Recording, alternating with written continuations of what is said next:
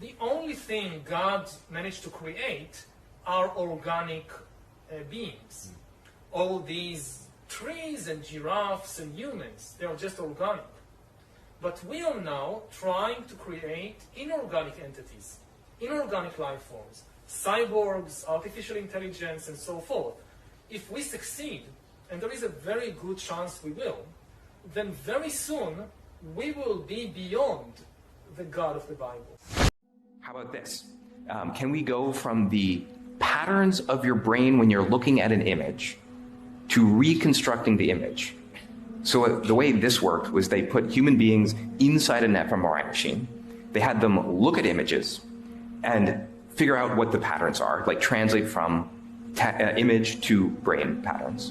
And then, of course, they would hide the image. So this is a image of a giraffe that the computer has never seen. It's only looking at the fMRI data, and this is what the computer thinks the human is seeing. Yeah. Now, to get state of the art, here's where the combinatorial aspects, why you can start to see these are all the same demo. To do this kind of imaging, the latest paper, the one that happened even after this, which is already better, uses stable diffusion, uses the thing that you use to make art. Like, what should a thing that you use to make art have anything to do with reading your brain? But of course, it goes further. So in this one, they said, can they understand the inner monologue, the things you're saying to yourself in your own mind? Mind you, by the way, when you dream, like your visual cortex runs in reverse, so your dreams are no longer safe. But we'll try this. So they had people watch a video and just narrate what was going on in the video in their mind. So there's a woman, she gets hit in the back, she falls over. This is what the computer reconstructed the person thinking. See a girl, looks just like me, get hit in the back, and then she is knocked off. So our thoughts, are starting to be decoded. Yeah. Just think about what this means for authoritarian states, for instance. Or if you want to generate images that maximally activate your pleasure sensor, anything else. For starters, what should I call you? I'm Chloe. And you, what's your name? Oh, John. My name is John. Delighted to meet you, John. Could you tell us a little about yourself and what you can do, Chloe? Of course. I'm the first personal assistant built by CyberLife. I take care of most everyday tasks like cooking, housework, or managing your appointments, for example. And I understand you're the first android to have passed the Turing test. Could you tell us a little more about that? I really didn't do much, I just spoke with a few humans to see if they could tell the difference between me and a real person. It was a really interesting experience. But this is the first time in history that man has created a machine more intelligent than himself. I gather your brain can perform several billion operations per second. Is that right? Absolutely. But I only exist thanks to the intelligence of the humans who designed me. And, they have something I could never have. Really? And what's that? A soul. Back here at home, Hollywood actors could soon be joining writers on the picket lines with a deadline to reach a new deal with studios just days away. One of the big issues revolves around artificial intelligence and how it can create performances that don't exist. In our new series, The Age of AI, CBS's Jonathan Vigliotti takes a look at how this growing technology is transforming the industry. And a warning, some of the images in the report include flashing strobe lights. At the age of 80, Harrison Ford is starring as Indiana Jones, both old and young.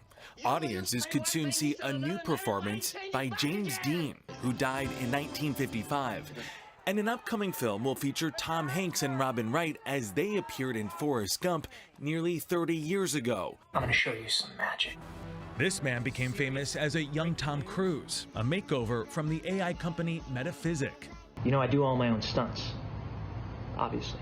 It is now immortalizing actors through image capture like this to appear in future films without ever being on set. CEO Tom Graham. There is a move now from many people to preserve their likeness that in the future could be used to create their performance. This is going to be a core asset for every performer. You know, I could be hit by a bus tomorrow, and that's it. But my performances can go on and on and on and on and on.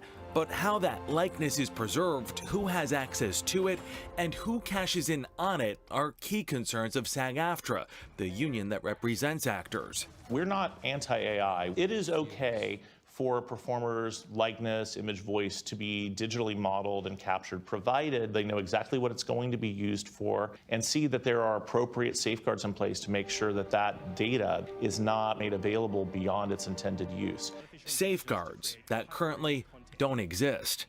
We need to focus heavily on the ethics and how we deploy AI. And so we need to really work hard to move our institutions very, very quickly to be able to accommodate some of these new potential outcomes. Jonathan Vigliotti, CBS News, Hollywood. So what are the implications of this for the music industry? Now all you have to do is record reference vocals and replace it with a trained model of any musician you like. Yeah, you tell the young they can never become what they aspire to. Born in a cell with no one who can inspire you. Your highs are as never as high as those that lie to you. Pretending that they live in the sky, lying behind your roof.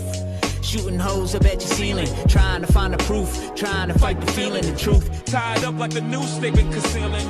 Dipped in a diamond so that you find it appealing. Time for dealing, despite y'all dealing, we are the savages, the natives who fight the appeal of all your lavish. Just the brave who find what is real and call it as it is. And use a mind wheel to escape the laws of averages. To be rich and broke, could it be broke and rich? You see it all gets flipped by those who master this, who give a whole new meaning to what you mastered. Shooting holes up at your ceiling, trying to find the proof, trying to fight the feeling, the truth. Tied up like the noose they've been concealing. Dipped in a diamond so that you find it appealing. Time for dealing, despite y'all dealing, we are the savages, the natives who fight the appeal of all your lavish. Just the brave who find what is real and call it as it is. And use a mind wheel to escape the laws of averages. To be rich and broke, could it be broke and rich? You see it all gets flipped by those who master this, who give a whole new meaning to what you mastered. New Glow Baptist Church is the name of this Instagram account. This account is based on preachers' wives and ladies of the congregation, mostly black. I don't think I've ever seen a white woman on this thing. And they are scantily clad. And these are all AI images. Of church women in their drawers? Basically. Yeah. I'm confused. Did they pose for this? No, it's all AI generated. AI generated church ladies in their drawers. Up to 29,000 followers. Even worse, said Instagram account has a Patreon where they are selling the nude version of these images. Is it animated or I'm confused? It's animated, but it looks like real women.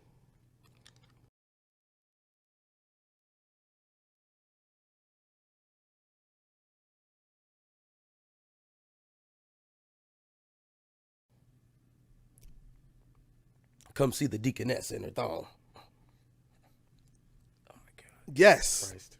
So people are actively utilizing AI art to create what is similar to OnlyFans. Oh my God. It was only a matter of time before they used this. Who wants technology. to see Shirley Caesar in a bustier?